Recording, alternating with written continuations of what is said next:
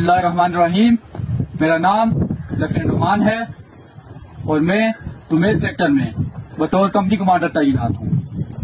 आज ईद उल अज़हा के मौके पर मैं पाकिस्तान की तमाम अवाम और पाक फौज के तमाम जवानों को दिल की गहराइयों से मुबारकबाद पेश करता हूँ और अल्लाह का शुक्र अदा करता हूँ कि जिसने हमें ये मौका दिया है कि आज इस अजीम दिन पर बॉर्डर पर हम अपने वतन की हिफाजत का फरीजा सर अंजाम दें। रोजाना की तरह ईद के दिन भी हमारी ऑपरेशनल जिम्मेदारियां न सिर्फ पहले की तरह जारी रहती हैं, बल्कि ईद के दिन भी हम बॉर्डर की निगरानी मजीद कड़ी कर देते हैं। हमारे कुछ जवान ड्यूटी पर खड़े होते हैं जबकि बाकी ईद के लिए तैयार होते हैं। हमारी वर्दी ही हमारा कफन भी होती है और हमारे ईद के दिन का लिबास भी।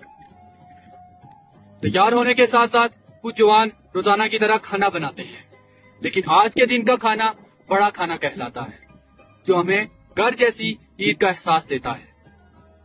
दिफाए वतन के लिए हमारी ये पोस्ट ही हमारे घर की तरह है और यहाँ पर मौजूद हर जवान का साथ ही सबसे करीबी और अहम रिश्ता है। बड़े खाने के बाद हम एक दूसरे को ईद मिलते हैं, जिसके बाद हर जवान अपने घर बात करके ईद की मुबारकबाद देता है।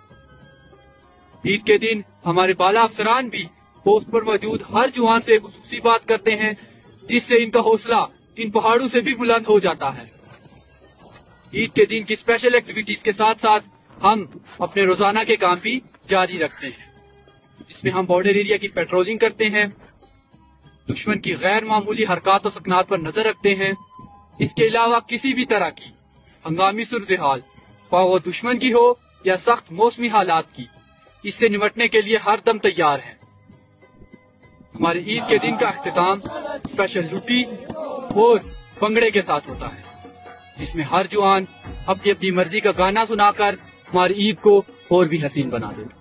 आखिर में अपने पाकिस्तानी भाइयों और बहनों से कहना चाहता हूँ कि आपका प्यार और दुआएं ही हमारी असल ताकत और हौसला है, जिसकी वजह से हम एक ईद तो क्या हजारों ईदें अपनी वतन की हिफाजत के लिए यहाँ गुजार सकते हैं।